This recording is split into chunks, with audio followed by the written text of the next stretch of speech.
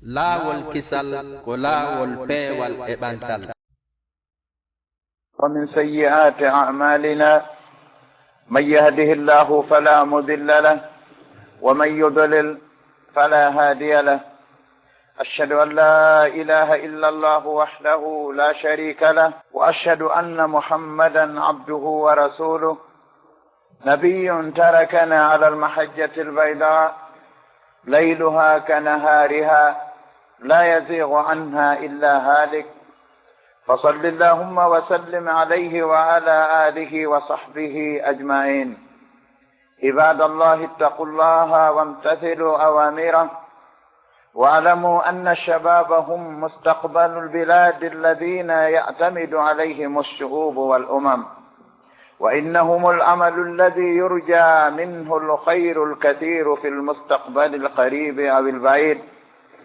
وهم رجال الغد الذين تقع المسؤولية عليهم في مواصلة السير. ولهذا يعمل كل شعب أو أمة على إعداد الشباب إعدادا يمكنهم من متابعة ما بدأوه الأولون في سبيل حياة أفضل. فما المدارس والجامعات التي تبنى في جميع أنحاء البلاد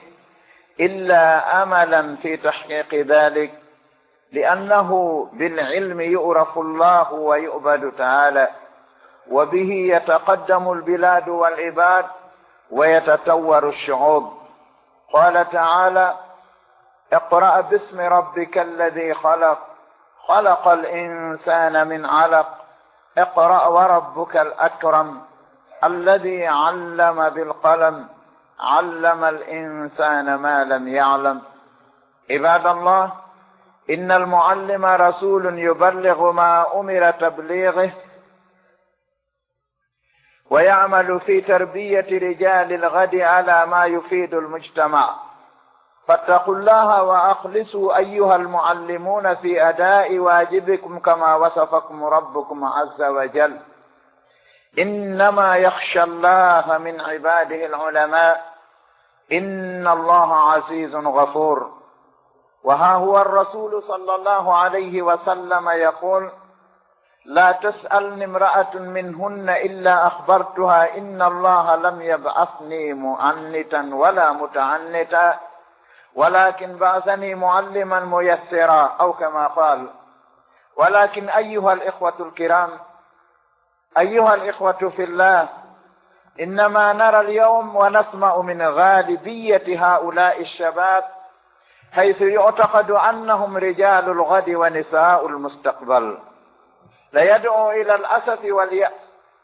لقد أصبحوا الآن في كثير من أماكن المتجمعات في الشوارع والطرقات لا يفكرون إلا في القمار والميسر، بدعوى محاربة الفقر، بل وهو الفقر بعينه، وتقليد غير المسلمين في نمط حياتهم، ناسين بأننا مسلمون يأمرنا إسلامنا بأن لا نتشبه بقوم يئسوا من الآخرة كما يئس الكفار من أصحاب القبور. إن نبيكم محمدا صلى الله عليه وسلم قال: بعثت بين يدي الساعة بالسيف حتى يعبد الله وحده لا شريك له، وجعل رزقي تحت ذل رمحي، وجعل الذلة والصغار على من خالف أمري، ومن تشبه بقوم فهو منهم. يتورن أن تبتني الله تبارك وتعالى قالوا taguɗo tagore nden arsikinde yamiriɓe haɗiɓe. miɗo seedo reweteɗo wo ala e goonga tawa nafa e rewɗo on lorra mo rewaɗon si wona kanko subhanahu wa ta'ala, kanko tu o mara kafidiɗo. sa rewidi Allah e goɗɗum perda, sa rewi alɗani goɗɗum tun ɗon perdi ɗin ɓuri wonde a'zam. kisangal wo ko rewgol Allah tun no wiiri noon: wa abudullaha wala tushriku bihi shay'a. العبادة وحدها لا تعتبر ديوانغال تون ngal considirtake ngal taskatake ko ndaarete est ce que ngal laaɓi ko allah tun ngal waɗana naam ngal ɗo nafay rewɗo ngal o si tawi na ɗum rewaɗo on no dandi fotti e maggal rewɗo on ko perdowo ngal ɗon dewal ma moƴƴere maggal o haray ko kanko woni jollaamu moƴƴungo sansatako almalikul mannan haray seeditiɗen kadi wonde annabijo muhammad sallllahu alayhi wa sallama ko jiyaɗo allah yani on nayndete ko nelaɗo allah wona reweteɗo ko rewowo wona kanko neli hoore makko o acci en e dow laawol danewol peng ɗum woni sunna makko on selatangol ɗo jemma maggol no wawi wa ñalorma maggol niwre alaa ton selatangol ɗon laawol sina halkiiɗo ko ɗum waɗi aray jokkugol sunna ɗum naasiɗa faala ko sa faalaka halkaade jokka nelaaɗon sallah ko ɗum waɗi aray ɗi hutubaji wona ɗi windeede tawa ko ka yeesooɓe men ɗi wona windeede tawa noon ɗi gollitirtaake ɗi wono yay hujja hoore tagoore nde waɗi noon haysi ko nde udditande ɗo to yoni hutuba وأشهد أن سيدنا محمدا صلى الله عليه وسلم عبده ورسوله نبي تركنا على المحجة البيضاء ليلها كنهارها لا يزيغ عنها إلا هالك haray ɗum ɗo tun holli naasiɗa faala jokka sunna ko sa faalaka halkade ko be jokka sunna ɗum nayi ɗayɗi maɗani ono waɗa haray buyɗaynama ɓe hulitan ɗayne ɗayne ɗe ɓe ɗaynaɗen perdinɓe diina maɓɓe ka waɗi si goɗɗo wiima e diina ya jokku ko faalaɗa haray oɗo o laaɓanaali ma reedu o tottaali ko wiyete kon amanata lil sunna naasiɗa faala jokka ko ɓaa ko be jokka haray jeyaɓe allah hule allah ha towɗo on jogito ɗon yamirooje makko ɗen woɗɗito ɗon haɗooje makko ɗen ɗum no jeeya kulol allah sa waɗi ko allah yahu on yamiri ko a woɗɗitike ko allahu on haɗi ko haray ɗo a woni hulɗo allah tabaraka wa taala fellite an ɗon sukaaɓe ɓen hande ko ɓen woni ko arata leydi ndin janngo ko ɓen woni ɓe jama on yongiti e dow mo yatamidu alayhim alshu'ubu wal umam moftammaji ɗin peepulji ɗin ma ɗum dente jamaji ɗin fof jorto mungon ko woni janngo si moƴƴey koye ɓeeɗo sukaaɓe ko ɗum waɗi hari mawɓe men ɓe lawiɗa sagata puyɗo few waɗi noon sagata puyɗo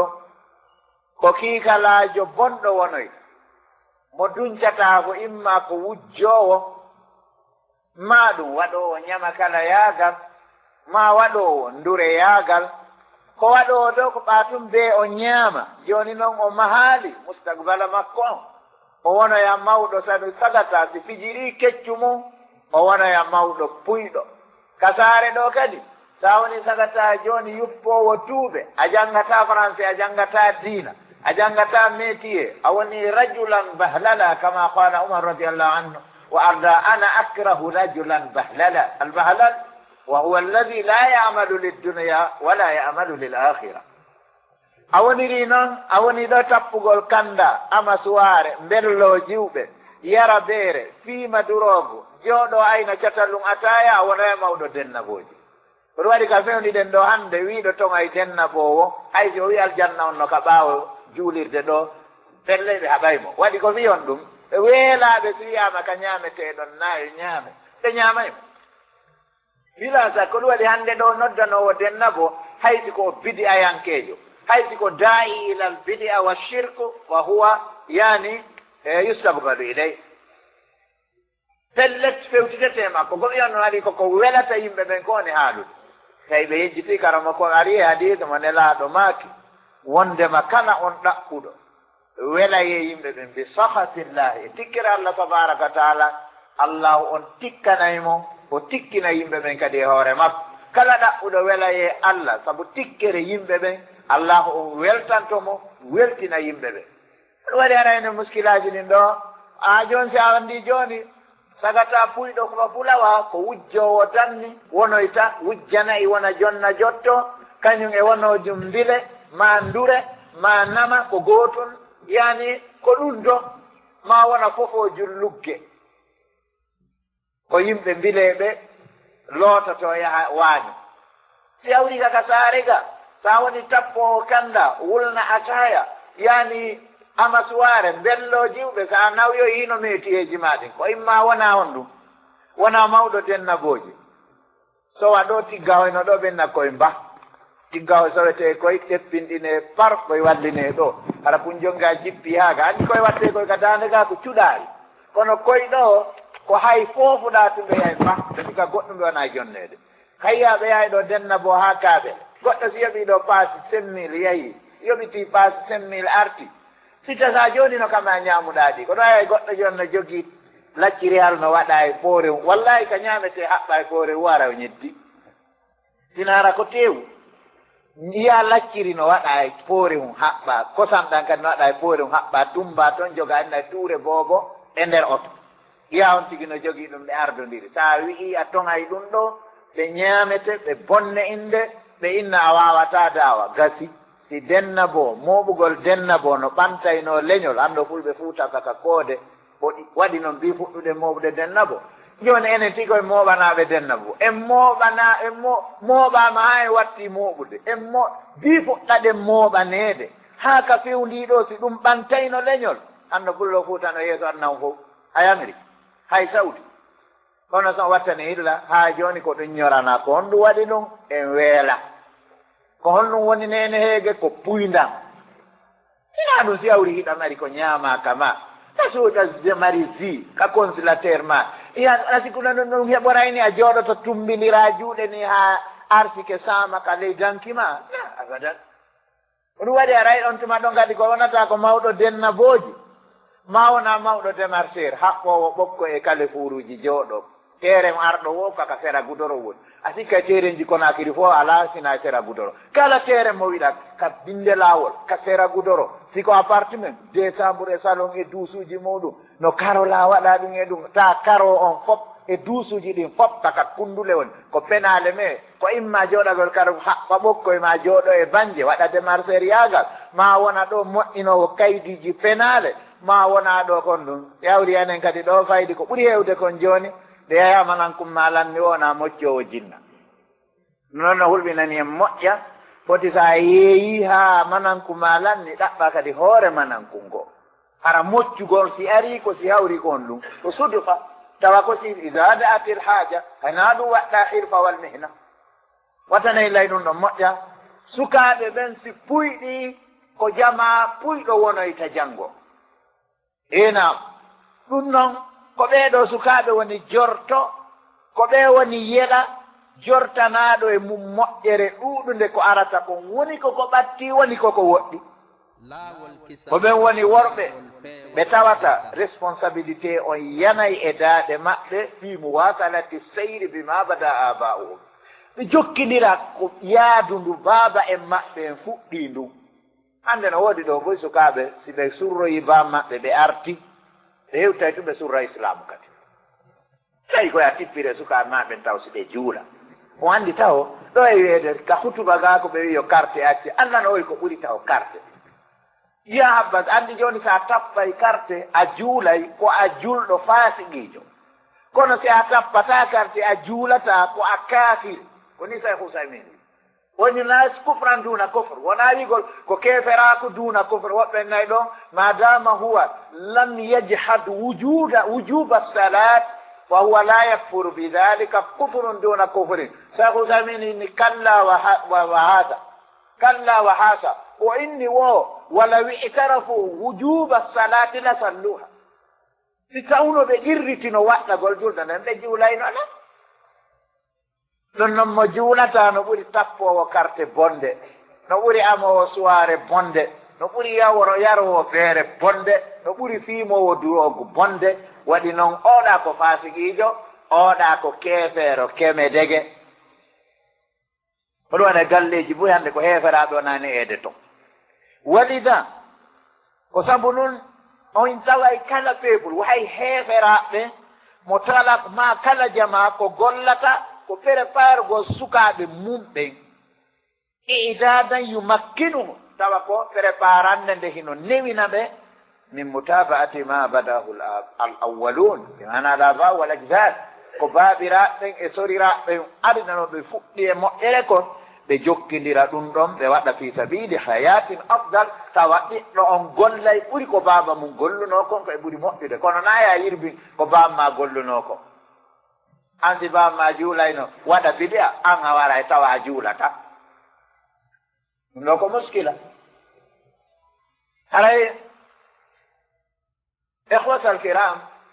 ɗi lekkolji ɗiyo toon e ɗiɗo jamiaji wiyete université ji wonaɗi e maheede e dendangal cokkoye leydi men ndi ɗum fof wonaɗi illa amalan fi tahqiqi muwasalati seyri bima bada al awwalun ɗum sayi lekkol e université mahama ko fi hon ɗum ko haɗinɗingol jokkidirgol yaadu ndu aramɓe ɓen fuɗɗino ɗum hara ndu taƴaali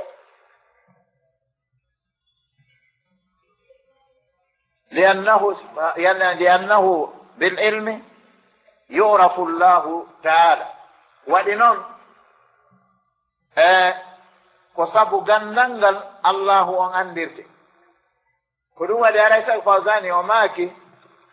alilmu nafsuhu ibada on ne waɗi noon alibadatu la tuqbalu illa bitawhid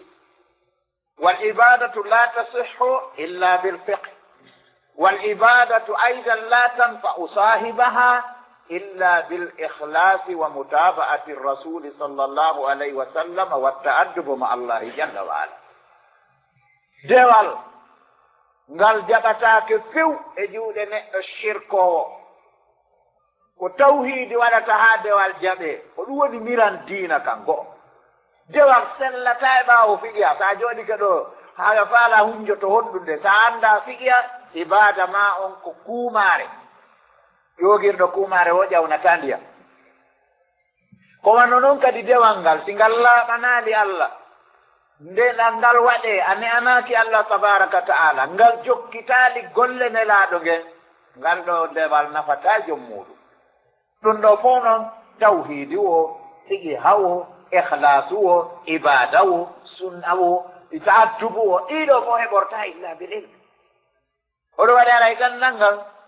si tawno gandal no nafa angal gandal no nafayno tawa ko haqqille seeɓuɗe tun e welɗe ko nelaaɗo ɓurno hamdiɗude ɗum wa bihi ay wa bil ilmi yataqaddamu l biladu wal ibad leydi si yaara yeeso jiyaɓe allah kadi si yaara yeeso wata tawworol mujtama yani jama on kadi onne nette développe ko honɗum ɓe watta ɓe janggay ko ɗum waɗe sa yi goɗɗo no mawɓondira ɗo hirsa nayi janngal qur'ana ndaara nayi ɓaleeji ma puri hirsa si on faala on hirsa e kala ko on hirsaali ko ɓantata hoɗo ko gandal e jawdi e diina selluka si hoɗo mon on heɓi ka hoɗo moɗon won gandiɗuɓe on heɓi ka hoɗo moɗon rewoɓe allah dewal jokkitunga sunnanelaaɗon on heɓi ka hoɗo mon ɗaɓɓoɓe no dagori arayde hoɗo mon gon ɓantike ɗum hay on janggaale alqur'an aray gonɗon ɓantike kono si tawi ko bidea e shirku ko ɓe innata kon haray ko ɗum woni ka hoɗo ton hay son ɓuri lagine fof jogaade mbuuɗi hay son janngi alqur'ana on no araga ka leydi waali ɗo janngugol alqur'an anndi ɗo kadi hino ɗo sa janngangol ɗo keefeero en alqur'ana aray a wallaalimo waɗi kaka o yenna o piya tum mushriki kadi sa jannganii ɗo sirkowo alqur'an hay nokku kayyataasina sirkoɓɓen ko kambanaɓe nokkugo jomra subahana taala ko ɓe soɓeeji laaɓuɗi pos innamal mushrikuna najab on ɗum janngantaɓe alqur'an allah wi inna shirka la zulmun adim tooñooɓe a jannganayi ɓen alqur'ana haa alqur'ana ɓanta tooñooɓe abadan ɗum ɗo no yurmi hono waɗi a duwa anndude taw ko honto alqur'ana watte ko anndugol ko waɗete hay so heɓaali feere waɗugol no ɓuri waɗugol hara annda par ce que ñannde immoyiɗa waɗugol woɓa tuma anndi no warrete noon a warray no haaniri noon hono so ñannde woɗa waɗde no haanira ɗum ɓeydatama illa fu'odananillahi jalla wa ala eyno ɗo nelaaɗo min on sallllahu alah si allah muuyannoomo moƴƴere honno adorannoomo o wiyano wa'bud ko iqra bismi rabbika alladi halaq holli kadi na koko wona janngeede o yigoy kala ko jannga tawi na innde joomiraawo subahanahu wa taala tawayi ɗum ɗon ko majjere ko ɗum adorte taw iqra bismi rabbika alladi halaq halaqa al insana min alaq iqra wa rabbuka al akram alladi allama bilqalam allama al insana ma lam yalam ko le aya jaaɗi tippade holli kadi ko tawhide adorte janngeede ɗo a ƴettude ɗo tafsir ma ƴetta ɗo sira ma suwarum min hayati sahaba ma ɗum hadisa ma wallin ɗum taw ƴettu tawhide taw sila annda tawhide annda on to watta allah sa annda tawhide annda on to wonanta jomirawo subahanahu wa taala sa annda tawhide a fenndidi tajiyaɓe allah ɓen e allah tabaraka wa taala ƴiyaɓe allah ande no a jannginowo ko nelaaɗo fawaɗo yottingol ko o yamira yo yottin koni jannowo ko nelaaɗo yuballigu ma umira bi tablighi imo yamira yo o yottin kon yani onenete e ko o yamira ko ɗum woni tottugol makko amanata lilm o golla kadi fi needi ɓeeɗo worɓe janngo ko tawata nafa e jama on hule allah laɓɓinon onon yo jannooɓe fattaqu llaha wa ahlisu ayyuha almuallimuna fi ada'i wajibikum kama wasafakum rabbukum azza wa jal wono joomi mon sifore on hule allah laɓɓinanonmo e tottugol waɗɗi on kon wono allahu on sifori on noon wonde ko woni e hulde allaha tabaraka wa taala fo e jinnoɓe e immorde jeyaɓe makko ɓen ko al ulama innama yahsha llaha min ibadihi al ulama jomirawo subahana wa taala ko tedduɗo ko o buumowo bakkatuji e hina ɗo nelaɗon sallllahu alayhi wa sallam ɓe maaki alalan e landade sonnajo immorde kamɓe sonnaɓen si wona mi humpitaymo wonde jomirawo subahana wa taala alalan e nelirde dey wonde komi naadowo sattede dow neɗɗanke par ce que ta'annut bil ayn karama ko ɓe wi hiya al mashaqqatu wal fasadu wal halak wa al khalal ko ni ɓe andi haray bi mana nami sattinanowo e dow yimɓe ɓe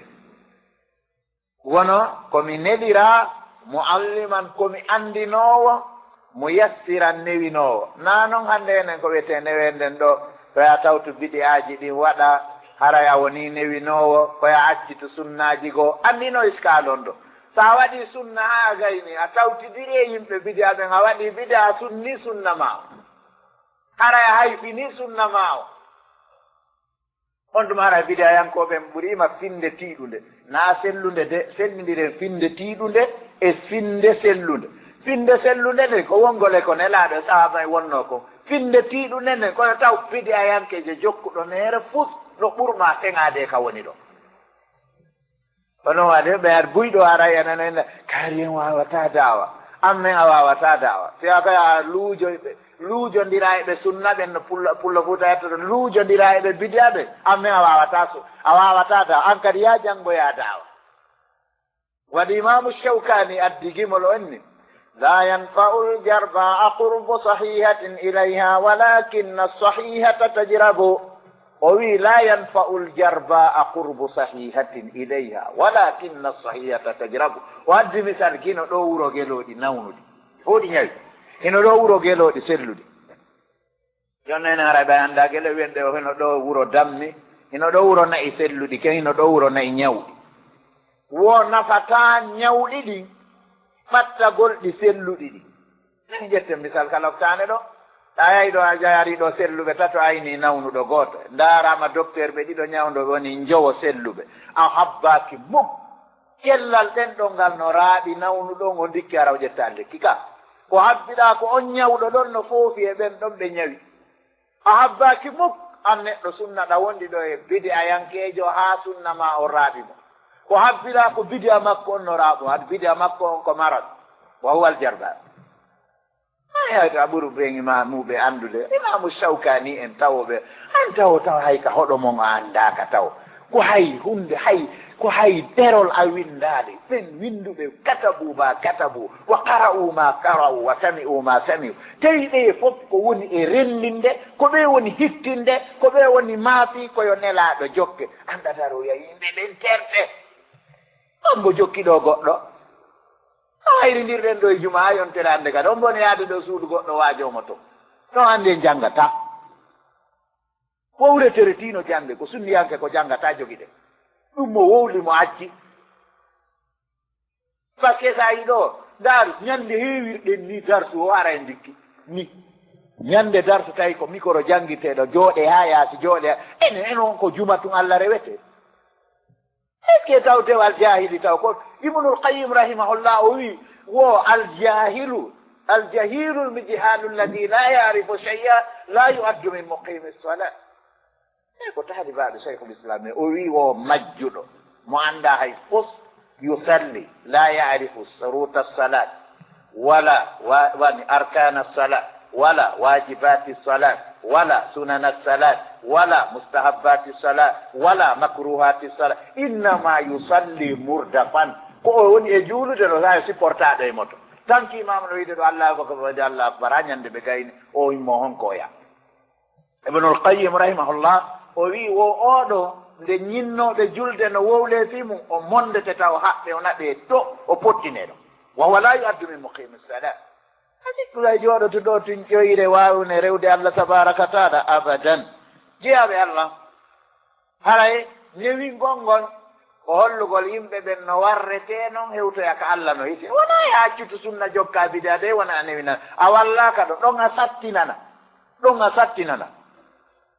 jeyaɓe allah hande ko wonde e yiide kon immorde ko ɓuri ɗuuɗude e ɓeeɗo sukaaɓe nokku ka sikka wonde kamɓe ko kamɓe enen tigi hiɗen fiɗi naataqidu annahum rijalul gadi wa nisaul mustaqbal yani ɗo sa wattani hilla ko fayi ko wonno kun ɗo o janngo woni mo ko mbaaɓe few joɗɗe ɗum noon haray ɓeeɗo noon la yadu ila al asafi wal yas wallahi ɓe no nodda faade e sunnu on e taƴaare moƴƴere nde nde ndaaruɗa tawɗa ko oɗo lontoyto janngo hino kon noon ko puyɗo mo annda kadi hay fus kono waɗi ara juulide boyi hannde no yurmi hikkinaaɗo yeeso on annda hay hunde jooni noon ko ɗum waɗi hinayoyi gannda no filfiltira takko ka woni goo naafi o lande e teele so a woni yeeso a landete haray ko ɗum waɗi sago maɓɓe anayi fo hina ganndal woni haaju awa ko sikki ko majjere kan woni haaju ka ɓa waawi dataɗi ndiɗi a fi anndi ɗo ɓay fuy kadananene buumugol yeeso na waajibi kono ñortugol ngol kan ka waajibi ka ɓa waawi dataɗi ndiɗi si buumugol ngol ngol wonaali waajibi ñortugol ngol wonay waajibi si ganndal na hay huunde a majjere kan wonay goɗɗum a waawi dataɗi ɗo fof pullo fuu tawi ɗiɗi heƴata wootere ɓendata ko fiitade ko imma ganndal wonay goɗɗum an tawa ko a mayɗo so a wi ganndal na hay fu a maayi na a nawniide haray jeyaɓe allah hannde sukaaɓe ɗuuɗuɓe wonti e nokkeeli ka foɗɗete toon ka laawi e ka tarawje ɓe alaa e miijitaasina fijugol carte e kanda ɓe inna noon wo ko majji wayna ko baasal men woni haɓude yo ko ɗum tigi woni baasal ngal yo haari bidawa muharabati bal hada huwa alfaqru bi aynihi ko ɗum ɗo tigi woni baasal ngal e ñembingol wa taqdidi gayri lmuslimin e ñembingol ɓe wona julɓe ɓen e modèle ji gurdamji maɓɓe ɗin ɓeeɗo sagataɓe kan no yejjiti wonde enen de ko en julɓe naasino ɓe annana muslimu enen ko en julɓe diina men kan no yamiri en wota en nandintino e yimɓe taƴiɓe yani immorde laharan wano e taƴori ɓen wonɓe e ka gabruji ka wano heɓeraɓɓen taƴori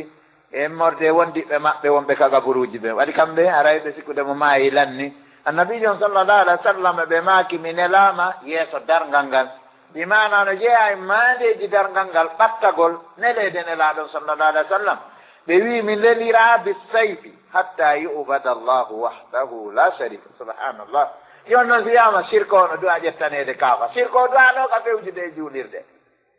دي لا روي من بؤستو بين يدي الساعة بالسيف حتى للغاية حتى يعبد الله وحده ها الله سنكي الله تمالا كايري دي كافا ندو اجتاني مشرك داني من ندو اجتاني detay ko mushriki fewjatawiya yo yimɓe tawhidi ɓe nangue sokoye ko ɗum wiyete qalbul batni bir rasi tuta junnita sirkowo allah tabaraka wa taala winaɓe hittu juuliɓe ɗe dewnaɓe weƴƴi ma kana lil mushrikin an yamuru masajid nde jeeya imaratul masjidi mahugol maadi ndin goho fewjugol ton ɗiɗi feƴƴitugol ko hay wiigol mari jaawo sacciɗo sirkowo duwaka alde ka juuliɓe few ko ɗum allah wi yette suratu tawba ndaaro sirkoɓe ɓen no duwa haɗede ha allah tun rewe la sharika lahu wona yo rewe tun ko la sharika lahu ara maraka fidaɓe